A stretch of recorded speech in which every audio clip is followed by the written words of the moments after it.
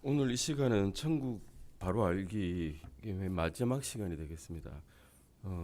지금까지 이제 천국에 대해서 우리가 배워왔고, 그다음에 지옥이란 주제에 대해서 쭉 다 배워왔는데, 오늘 주제는 맨 마지막 주제입니다. The worm that never die, 결코 죽지 않는 벌레라고 하는 주제로 지옥에 우리 갔을 때 벌레를 보게 되는데, 그 벌레란 존재가 어떤 존재인가를 성경 말씀을 통해서 알아보고자 합니다. 먼저 마가복음 9장 43절에서 48절까지 한번 같이 읽어보시겠습니다. 마가복음 9장 43절에서 48절까지입니다. 마가복음 먼저 찾아보십시오. 마가복음 9장 43절에서 48절까지입니다. 찾으셨으면 같이 읽으시겠습니다. 만일 내 손이 너를 걸려 넘어지게 하거든 그것을 잘라내라. 불구가 되어 생명에 들어가는 것이 두 손을 가지고 지옥에 결코 꺼지지 않을 불 속에 들어가는 것보다 내게 더 나으니 거기서는 그들의 벌레도 죽지 아니하고 불도 꺼지지 아니하느니라. 만일 내 발이 너를 걸려 넘어지게 하거든 그것을 잘라내라. 절뚝거리며 생명에 들어가는 것이 두 발을 가지고 지옥에 결코 꺼지지 않을 불 속에 던져지는 것보다 내게 더 나으니 거기서는 그들의 벌레도 죽지 아니하고 불도 꺼지지 아니하느니라. 만일 내 눈이 너를 걸려 넘어지게 하거든 그것을 빼내라. 한 눈으로 하나님의 왕국에 들어가는 것이 두 눈을 가지고 지옥 불 속에 던져지는 것보다 내게 더 나으니 거기서는 그들의 벌레도 죽지 아니하고 불도 꺼지지 아니하느니라. 여기 말씀 보시면 주님께서 말씀하신 겁니다. 이것은 뒤에 있는 율법학자들이 말한 것도 아니고 사도들이 말한 것도 아닙니다. 주님께서 직접 비유가 아닌 실제적인 상황에 대해서 말씀하신 건데요. 예수님 당시에 예루살렘 도시 밖에 쓰레기 버리는 공터가 있었습니다. 거기를 흰놈의 골짜기라고 하는 명으로 불렀답니다. 거기를 게헨나라는 단어가 거기서부터 파생되었습니다. 게헨나는 결코 불이 꺼지지 않는 장소를 뜻하는 게힌놈이라는 단어에서 나왔고요. 그 당시 사람들은 이 흰놈의 골짜기라는 곳을 다 알고 있었습니다. 예루살렘에 살던 사람들이 버리는 쓰레기는 모두 다 이곳으로 옮겨졌고 거기서 불이 계속 타오르면서 이 쓰레기를 태웠다는 것입니다. 짐승이 죽으면 그 짐승을 버리지 않고 여기다 갖다 버렸습니다. 생활 쓰레기 나오면 여기다 다 갖다 버렸습니다. 길 가다가 죽는 사람이 생기면 그들 시체 역시 이 흰놈의 골짜기에 갖다 버렸습니다. 죄수들이 감옥에서 죽어도 그들의 몸 역시 결코 불이 꺼지지 않는 이 흰놈의 골짜기에 데려다가 던져놓고 불에 태워버렸습니다. 날이 바뀌고 해가 가고 시간이 가고 시대가 바뀌어도 이 흰놈의 골짜기에는 불꽃이 소리를 내면서 타올랐고 그 주변에는 구더기들이 구들구들거리면서 다니고 있었습니다. 비위에 거슬리는 구더기들은 밤낮으로 계속해서 세상의 쓰레기로 배를 채웠던 것입니다. 우리 주님께서는 이 흰놈의 골짜기를 하나의 예로 드셨습니다. 이 흰놈의 골짜기가 바로 지옥과 비슷한 곳이다. 결코 불이 꺼지지 않고 벌레들은 결코 죽지 않는 곳이다. 라고 그 세상 사람들이 그 시대에 이스라엘 사람들이 알고 있는 이 흰놈의 골짜기라는 곳을 예를 들면서 말씀해 주신 것입니다. 이 말씀에서 지옥이란 단어는 3번 나왔고 불이란 단어는 6번 나왔고 꺼지지 않는다라는 말씀은 5번 나왔습니다. 계속해서 반복해서 말씀하신 걸로 봐서는 이 말씀은 틀림없는 사실이라는 것입니다. 즉 지옥의 불은 끊임없이 탄다는 것입니다. 그리고 그들의 벌레는 죽지 않는다라고 말씀하고 계십니다. 영어로 보면 The worm that never die라고 되어 있습니다. The worm이라고 되어 있지 worms라고 되어 있지 않습니다. 시체에서 구더기들이 들끓는 것은 누구나 알 수 있지만 그들의 벌레라고 하셨습니다. 한 마리의 벌레, 하나의 벌레를 말씀한 겁니다. 그러면 그 구더기가 아니면 그 벌레는 도대체 무엇일까 의문을 갖게 됩니다. 어떤 사람들은 벌레가 사람의 기억을 의미한다고 이야기합니다. 그렇게 말한 사람들은 예수님께서 단순히 지옥에 있는 구원받지 못한 자들이 항상 자신의 기억들을 가지고 있을 거라고 말씀하는 것과 똑같다고 주장합니다. 하지만 이 벌레는 사람의 기억이 아닙니다. 지옥에 구원받지 못한 자들은 지옥에서 기억력을 가지게 될 것은 틀림없는 사실입니다. 지옥에 던져진 부자에게 아브라함이 들려준 첫째 말은 너는 기억하라였기 때문에 자신의 생전의 일을 이 부자는 분명히 기억하고 있었을 것입니다. 하지만 이 벌레가 사람의 기억을 의미하는 것은 아니란 겁니다. 벌레를 영적으로 해석하면 불도 영적으로 해석하게 되고 이러면 이게 지옥의 개념이란 자체가 애매해져 버립니다. 성경은 명백한 의미의 상식적인 의미면 다른 의미를 찾지 말라고 말씀하고 있습니다. 예수님께서는 분명히 불이라고 말씀하셨고 이것을 영적인 불로 해석할 근거가 없습니다. 예수님께서 벌레라고 말씀하셨으면 이것은 분명히 벌레입니다. 사람의 기억이 아니란 것입니다. 이사야서 66장 24절 보실까요? 이사야서 66장 24절입니다. 이사야서 맨 마지막 장이죠. 이사야서 66장 24절입니다. 네. 66장 24절. 찾으셨으면 같이 읽으시겠습니다. 그 사람들이 나가서 내게 범법한 사람들의 사체들을 보니니 이는 그들의 벌레가 죽지 아니하고 그들의 불도 꺼지지 아니할 것이기 때문이라. 그들이 모든 육체에게 해목거리가 되리라. 여기도 똑같이 벌레란 의미가 나옵니다. 그들의 벌레, their worm shall not die라고 되어 있습니다. never die, shall not die 똑같은 말이죠. 그들의 벌레는 단순히 어떤 벌레를 말하는 것이 아니라 그들의 벌레를 말씀하고 있습니다. 이 66장 24절에 인격체를 가리키는 소유대명사 그들이라고 하는 말씀 또한 사용하고 계십니다. 주님께서는 아무렇게나 말씀하는 분이 아니십니다. 진심으로 말씀하십니다. 데프브리에서 그들의 벌레라고 말씀하고 있습니다. 즉 벌레라는 단어를 쓰면서 또 복수가 아니라 단수로 쓰셨습니다. 그들의 벌레들이라고 하지 않고 그들의 벌레가 결코 죽지 않는다라고 말씀하고 계십니다. 결코 죽지 않는 벌레는 그러면 무엇일까?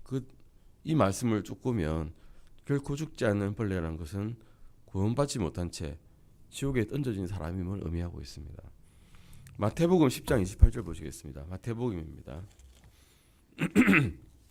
마태복음 10장 28절입니다. 네, 마태복음 10장 28절 말씀입니다. 네, 마태복음 10장 28절입니다.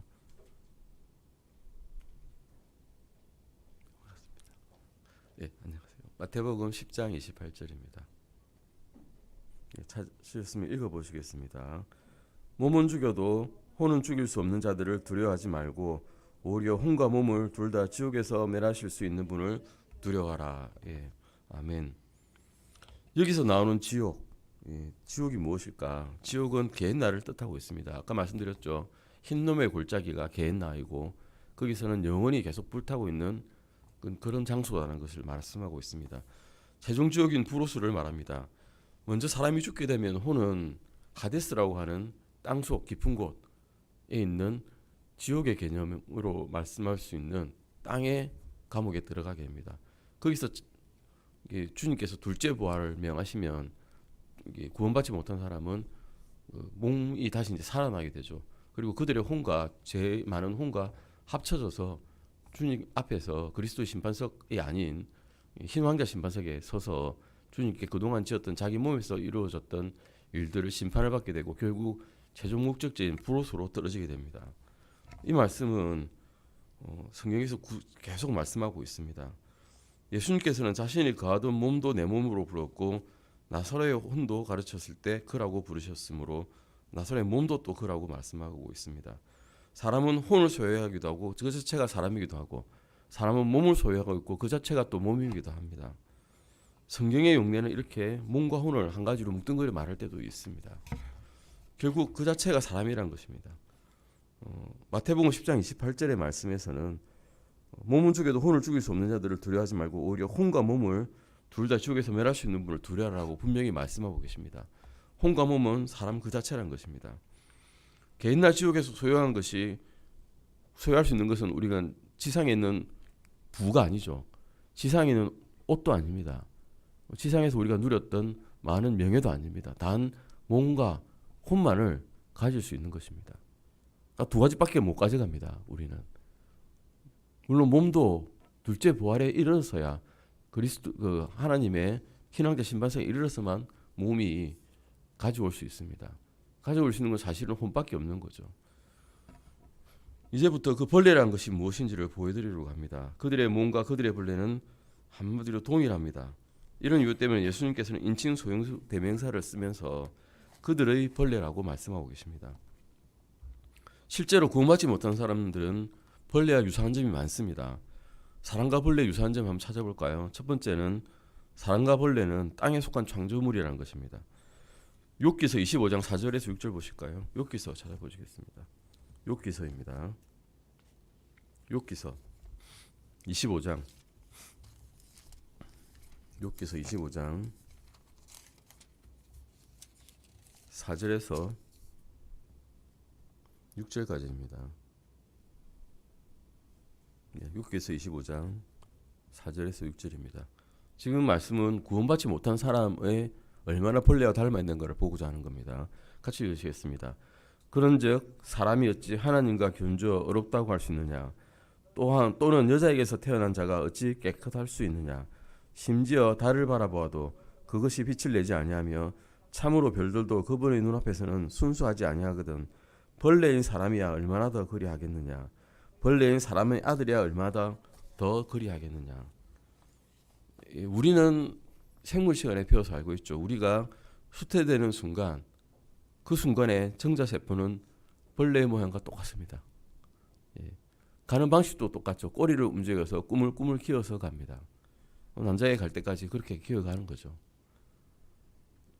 여기서 말하는 벌레는 구더기같이 꾸물꾸물 기어다니는 그런 벌레를 이야기하고 있습니다.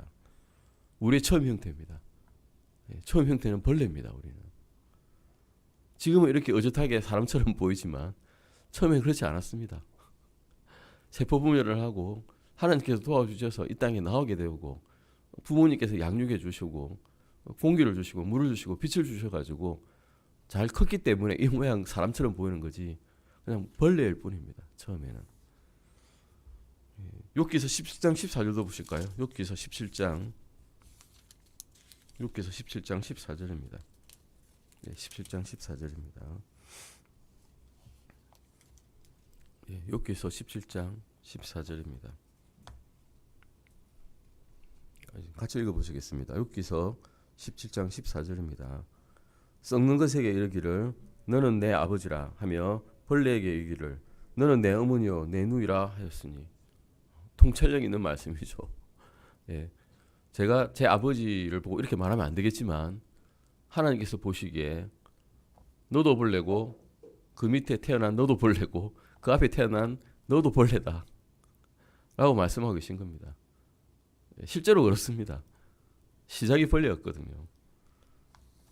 욥은 내 아버지의 허리에서 그리고 내 어머니의 자궁에서 썩을 수밖에 없는 벌레였고 또한 같은 곳에서 나오는 모든 사람들도 다가 마찬가지로 그렇다라고 말씀하고 계신 겁니다.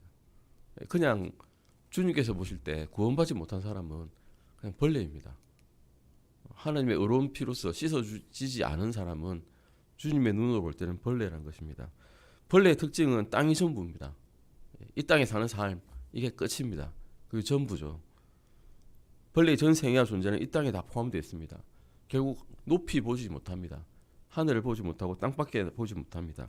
그리고 벌레는 땅의 표면을 기어다니며 삽니다. 구원받지 못한 사람의 생각은 이와 똑같다는 겁니다. 이 낡은 세상이 다 전부입니다. 목적은 세상에서 성공하는 것이죠. 그것밖에 없습니다. 구원받지 못한 사람은 셋째 하늘에도 생각할 이유가 없죠. 없다고 생각하니까 벌레인 겁니다. 그냥 낮고 낮은 땅만 보면서 그 낮은 땅에서 제일 높은 곳으로 가고 자는 겁니다. 이 세상을 넘어선 세상을 알지 못합니다. 단지 전적으로 이 세상의 것들에만 머리를 파묻고 삽니다. 고린도전서 15장 47절을 보시면 첫째 사람은 땅에서 나서 땅에 속하거니와 둘째 사람은 하늘로부터 나신 주신이라라고 말씀하고 있습니다. 구원받지 못한 사람의 사고와 욕망은 모든 영역은 다 땅에 속하 있습니다. 그 이상은 볼 수가 없고 생각할 수도 없기 때문입니다. 하늘에 속한 것들이 이런 사람에게는 아무 의미가 없습니다. 이런 사람들은 하늘에 속한 것들을 고려하지 않습니다. 자기가 살 곳이 아니거든요. 단지 이 땅에서만 자기가 얻고 즐길 수 있는 것들만을 바라보며 삽니다. 최선을 다해 삽니다. 명성을 얻기 위해서 선을 행합니다. 그리고 명성을 얻습니다. 많은 사람을 구제합니다. 그런데 그게 끝입니다. 안타깝게도.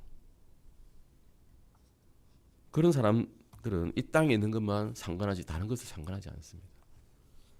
그 외에 사람과 벌레는 또한 똑같이 어둠의 창조물이라는 것입니다. 벌레가 쨍쨍 내리쬐는 햇볕에서 살아갈 수 있겠습니까? 그런 벌레는 좀 본 적이 없습니다.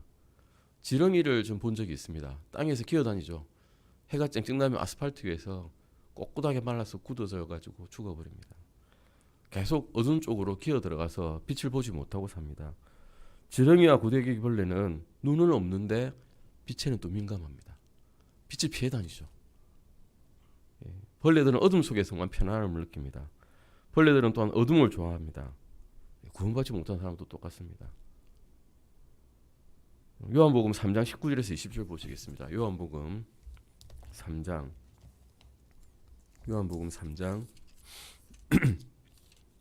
19절에서 20절입니다. 3장 19절에서 20절입니다. 요한복음 3장 19절에서 20절 같이 읽으시겠습니다. 정죄의 근거는 이것이니 곧 빛이 세상에 왔으나 사람들이 자기 행위들이 악함으로 빛보다 오히려 어둠을 사랑한 것이니라. 이는 악을 행하는 자마다 자기 행위들이 드러나서 책망을 받을까 염려하며 빛을 비용하며 빛으로 오지도 아니하기 때문이라. 사람들이 벌레와 같다고 주장하는 것이 이것과 똑같은 것입니다. 사람들은 빛보다 어둠을 사랑합니다. 우리 범죄가 일어나는 곳은 으슥하고 어두컴컴한 곳에 일어납니다. 가로등을 많이 설치했더니 범죄율이 떨어졌다는 것은 경찰 통계에 나와 있습니다. 이 사실입니다. 빛이 있는 곳에서 범죄를 저지르기가 쉽지 않습니다. 밝은 대낮 광명천지에 범죄를 저지르기가 쉽지가 않습니다. 그런데 문제는 교회도 어두울 수 있습니다. 스탠드 글라스를 이렇게 아주 작은 공간에 세워놓고 아름답게 빛나는 교회를 본 적이 있습니다. 성당이 그렇게 많이 만들어진 것도 저 본 적이 있는데 그게 어둡습니다. 근데 스탠드 글라스는 밝게 빛나는데 교회 자체가 어두운 것입니다. 이런 구원받지 못한 사람들은 나무 판자 밑에서 기어다니는 벌레와 똑같은데 이런 사람들에게 성경 말씀이 선포된다는 것은 그런 나무 밑 판자 밑에서 기어다니는 벌레들 위에 있는 나무 판자를 제거하는 것과 똑같습니다. 그럼 어떻게 되겠습니까? 두려워서 피하죠. 말씀을 듣고 싶지 않아 합니다. 귀에 거슬립니다. 자기들이 좋아하는 자기들의 가려운 것만 끌어주는 말씀만 좋아하고 실제적인 빛을 미워합니다. 성경 말씀에 불쾌감을 느낍니다. 바리새인들처럼 종교적인 목소리를 하지 않고 경건하게 단순하게 기도하는 것을 그들에게는 굉장히 지겨운 일입니다. 예수 그리스도의 피에 대한 찬양을 매우 혐오합니다. 피 이러면 싫어합니다. 예수님의 피가 우리의 핵심이 믿음인데 그것을 선포하면 싫어합니다. 그냥 예배적인 분위기 자체도 싫어합니다. 그럼에도 불구하고 우리 다 천국 갈 거야 라고 이야기합니다. 그런 사람이 너무 많습니다. 야행성 벌레와 똑같은 것입니다. 지옥은 어둠의 장소이고 그들이 지옥의 캄캄한 구덩이에서 울며 이를 갈더라도 그들은 아마 하나님의 번쩍이는 영광 가운데 있는 것보다 자기 본성대로 어두컴컴한 곳에 있는 것을 더 좋아할 것입니다. 또한 사람과 벌레가 비슷한 점은 다 더러운 창조물이라는 것입니다. 이 마가복음 9장 43절 48절의 말씀인 그들의 벌레, 결코 죽지 않는 벌레는 그리스로는 스콜렉스였고 마곡벌레 같은 것을 이야기하고 있습니다. 구더기 같은 겁니다. 한마디로 말해서. 이 구더기 같은 벌레는 우리 보면 구더기와 세균은 공존하고 있습니다. 우리 파리가 싸지러 놓은 구더기가 어디를 돌아다닙니까? 썩은 음식이 있는 곳에 돌아다닙니다. 깨끗한 음식을 먹지 않습니다. 썩은 음식이 있는 곳에 돌아다니고 그 주변에 현미경으로 보면 세균들이 득실득실 거립니다. 현미경으로 세균을 보면 걔들 움직입니다. 가만히 있지 않습니다. 움직입니다. 벌레인데 작은 벌레인 겁니다. 아주 작은 벌레입니다. 이 마곡벌레 이런 구더기들은 세균이 많은 쓰레기와 더럽고 부패한 시체에서 잘 자랍니다.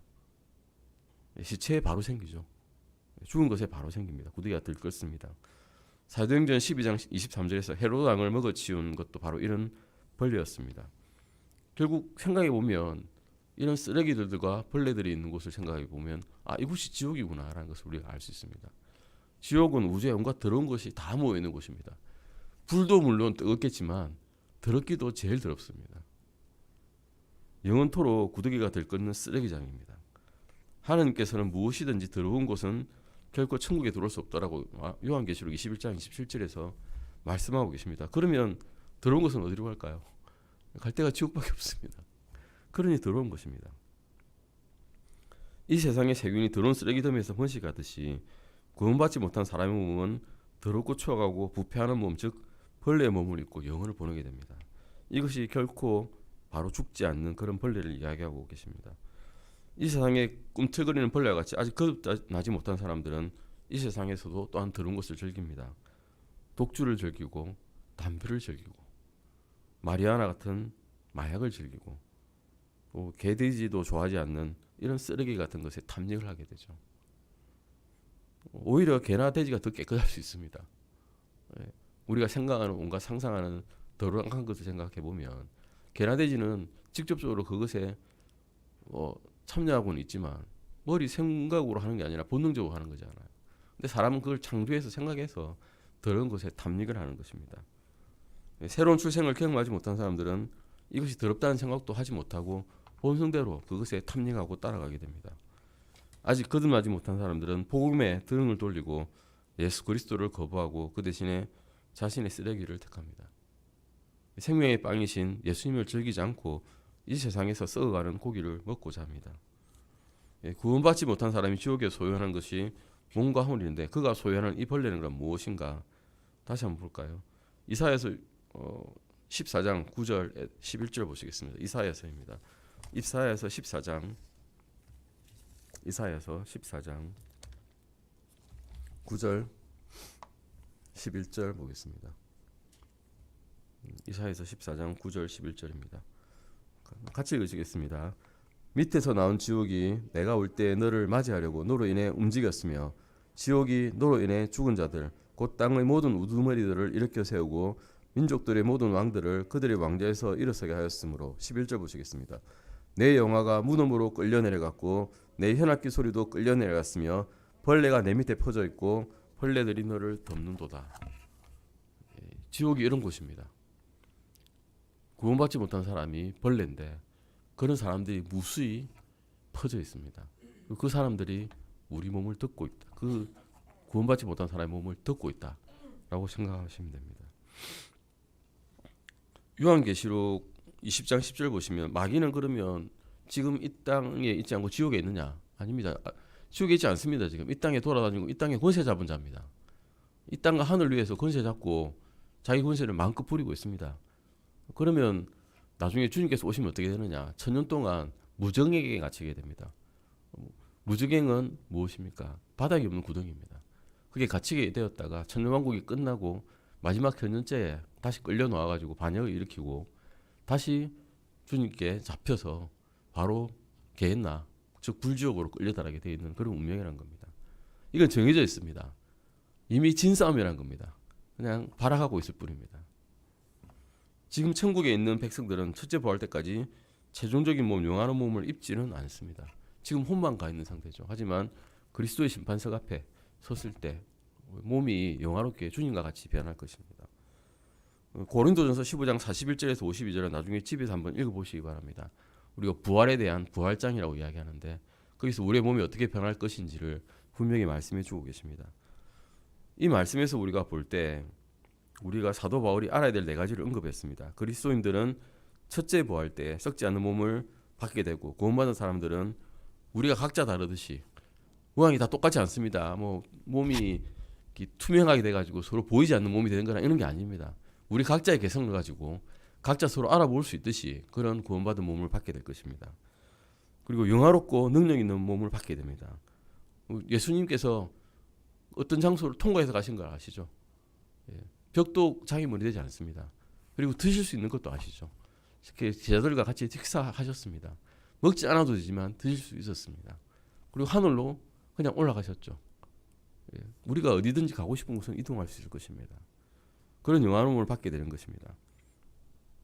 즉 땅에서는 벌레의 형상을 입었던 우리는 더 이상 벌레의 형상을 지니지 않고 이제 하늘에 속한 분의 형상을 지니게 된다는 것입니다. 썩을 것은 썩지 않을 것을 상속하지 못합니다. 다시 말해 구원받지 못한 사람들은 썩어질 흙에 속한 벌레의 형상으로 남게 될 것입니다. 구원받지 못한 자들은 변화되지 않고 그대로 남아있을 것입니다. 첫째 부활 때 모든 구원받은 자들은 하나님 아버지의 몸 같은 몸을 받게 됩니다. 요한복음 10장 30절, 요한복음 14장 8절에서 9절 말씀을 통해서 우리는 예수님께서 하나님이심을 알 수 있습니다. 요한복음 10장 30절 말씀에서 나와 내 아버지는 하나님이라는 말씀에서 하늘에 속한 몸이라는 것을 우리가 알 수 있죠. 예수님께서는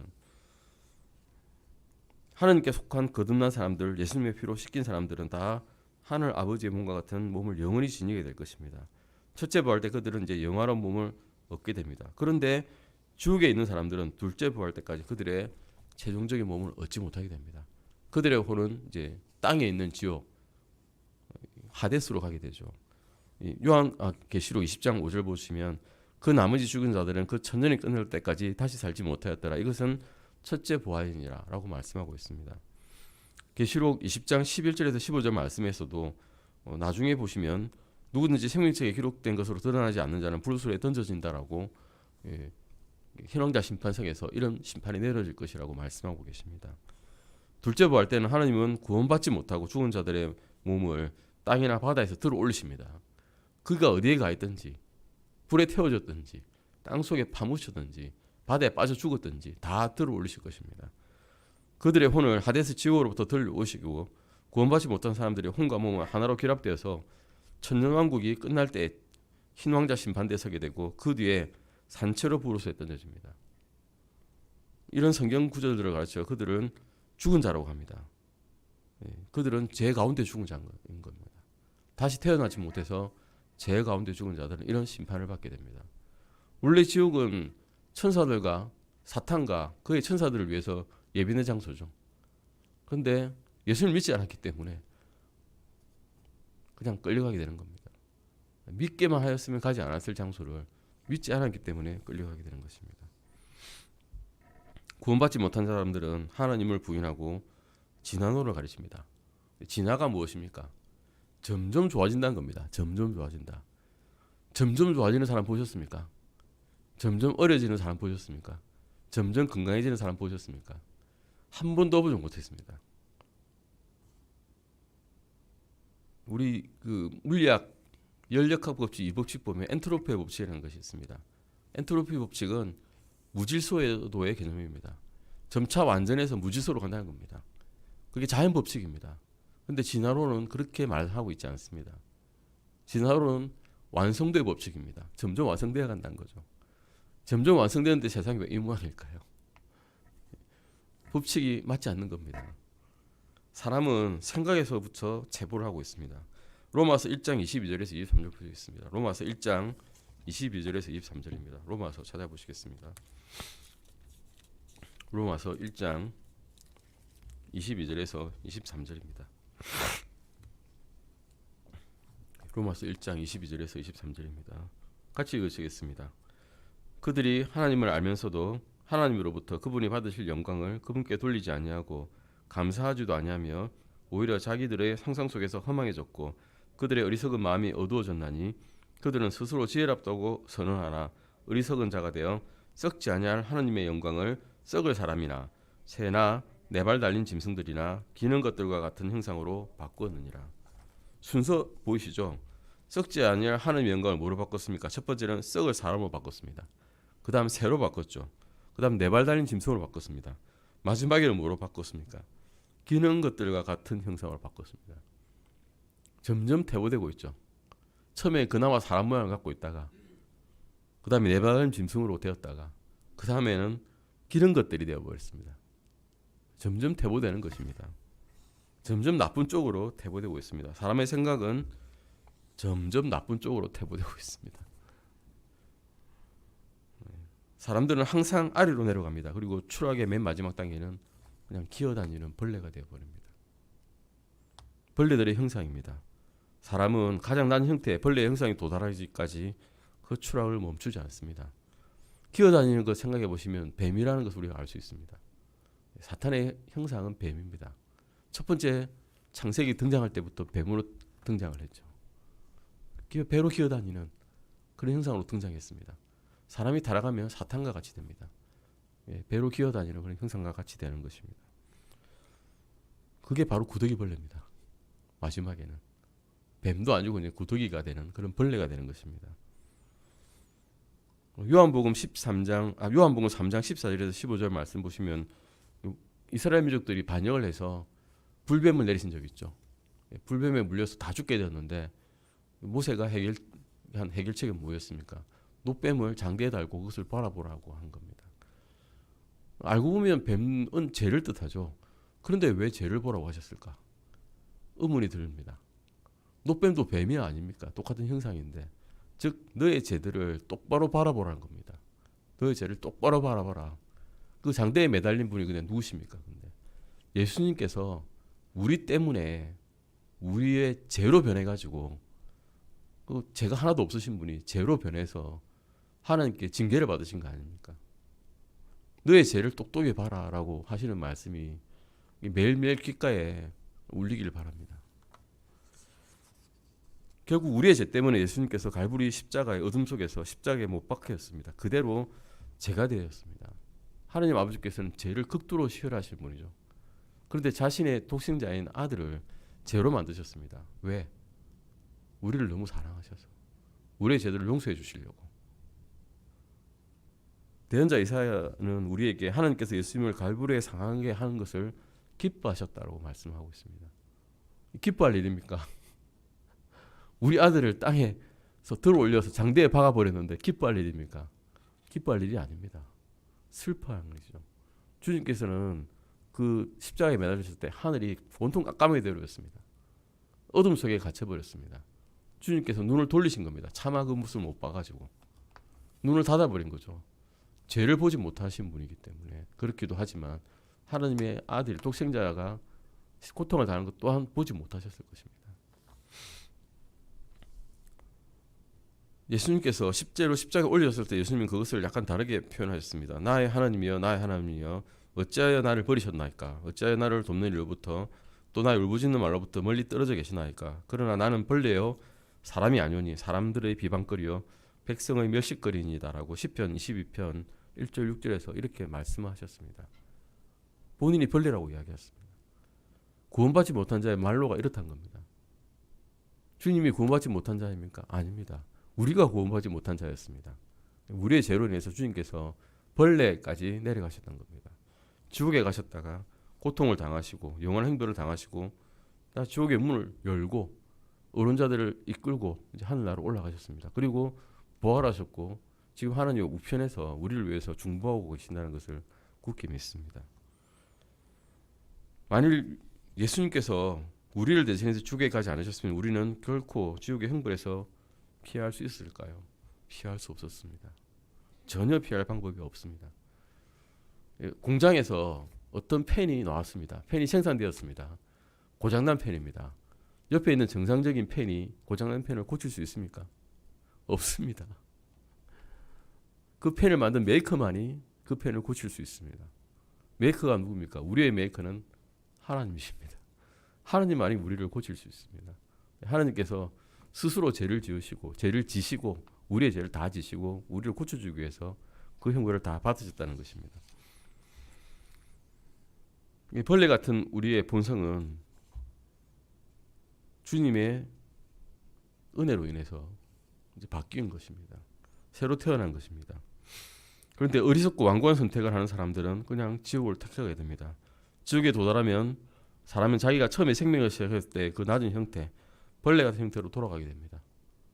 끊임없이 고통받는 벌레가 되는 거죠. 이제는 처음에는 희망이 있는 벌레였는데 희망마저 없는 영원한 고통에 형벌을 받고 있는 벌레가 되어버립니다. 어떤 나이 많은 인디안 추장이 구원을 받았습니다. 이 구원받은 인디안 추장이 자기의 구원을 증언을 합니다. 어떻게 증언을 하는가 하면 구경꾼들이 이렇게 모여 있습니다. 모여 있는 데서 마른 나뭇잎을 몇 개를 모아가지고 원을 만듭니다. 그리고 그 원 안에 땅바닥에 벌레 하나 잡아다가 그 원 안에다가 놓습니다. 그 다음에 그 나무 가지로 만든 원 옆에 불을 붙입니다. 불이 활활 타죠. 벌레가 놀라서 펄떡펄떡 뜁니다. 연기가 불 것이고 그 작은 벌레를 잡을 것 같습니다. 한쪽 방향으로 도망갔고 저쪽 방향으로 도망가다가 결국 멈춰버렸습니다. 그 밑에 있는 이제 이파리들도 타기 시작합니다. 달아날 곳이 전혀 없었습니다. 그때 그 나이 많은 인디안 추장이 작은 벌레에게 손을 내밀어서 그것을 안전한 곳으로 들어 올렸습니다. 그리고 뭐라 말했습니까? 이것이 예수님께서 나를 위해 하신 일입니다. 라고 증언을 했습니다. 우리는 이렇게 될 운명이었습니다. 그런데 주님께서 우리를 들어 올려 주셨습니다.